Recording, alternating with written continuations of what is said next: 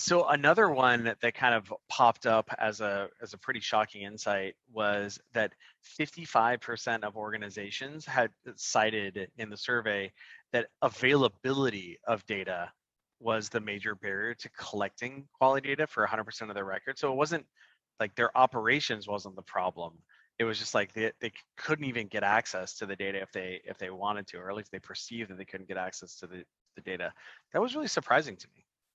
Yeah, and if you drill down further, you see that many of those respondents, they hire 2 or 3 different data vendors because they're trying to get complete data. Vendor X is really good on these fields, but they don't help me out on this side over here. Vendor Y is really good for these industries, but they don't know anything about this other industry that's really important. So it absolutely is a real challenge. There's another thing that happens without complete data, and what we see is segmentation, right? To do campaigns, you want to be able to segment your data and slice people into affinity groups for, not every campaign is one-to-one, right? Sometimes it's one many within a segmented affinity group. So folks are trying to get, another way to look at it is like, let's do a campaign. What's your idea for the campaign? I know we're going to target everybody in this industry and we're going to send this message.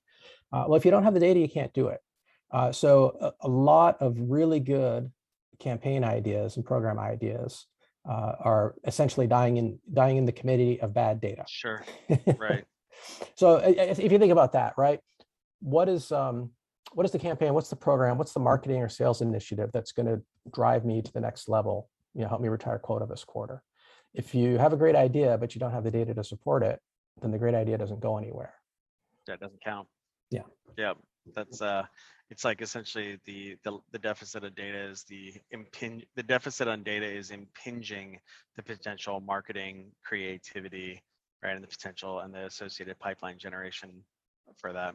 And people are frustrated. They're rightly frustrated to not be able to launch programs that they sincerely believe in